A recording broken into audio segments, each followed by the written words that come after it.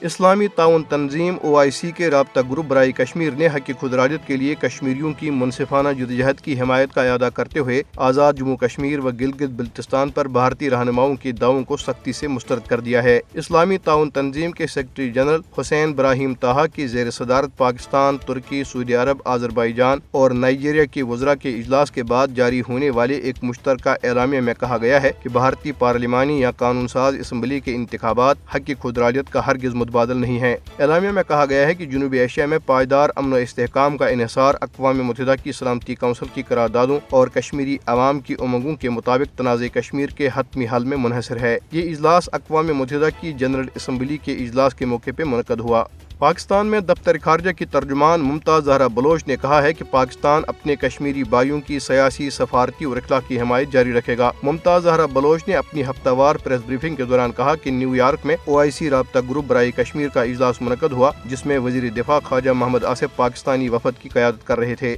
رابطہ گروپ کے اراکین نے مسئلہ کشمیر پر اپنی بھرپور حمایت کا یقین دلایا۔ اعلامیہ میں مقبوضہ جموں کشمیر میں کئی سیاسی جماعتوں اور کشمیریوں کی جائیدادوں کی غیر قانونی ضبطی کی مذمت کی گئی۔ بھارت کے غیر قانونی زیر قبضہ جموں کشمیر میں کل جماعتی حریت کانفرنس کے غیر قانونی طور پر نظر بند رہنما بلال احمد صدیقی اور international forum for justice and human rights کے چیئرمین محمد آسن انتو نے کہا ہے کہ بھارت نام نہاد اسمبلی انتخابات کے ذریعے مقبوضہ علاقے میں حالات معمول کے مطابق ہونے کے مضموم بیانیے کو فروغ دینے کی کوشش کر رہا ہے۔ انہوں نے کہا کہ کشمیریوں کا واحد مطالبہ حق خودارادیت کی فراہمی ہے، جس کے لیے وہ عظیم قربانیاں دے رہے ہیں۔ بلال احمد صدیقی اور محمد آسن انتو نے اپنے بیانات میں کہا ہے کہ مودی حکومت نے 15 کے لگ بھگ ملکوں کے سفراء کو نام نہاد انتخابات کے مشاہدے کے لیے مقبوضہ جموں کشمیر کا دورہ کرایا تاکہ انہیں یہ تاثر دیا جا سکے کہ علاقے میں حالات بالکل ٹھیک ہیں اور کشمیری جمہوری عمل میں شریک ہو رہے ہیں۔ انہوں نے غیر ملکی سفراء پر زور دیا کہ اس دعوے کے پیچھے کار فرما مضموم بھارتی مقاصد کا ادراک کریں اور کشمیریوں کے حق خودارادیت کے مطالبے کی حق میں آواز اٹھائیں جو ان کا واحد مطالبہ ہے۔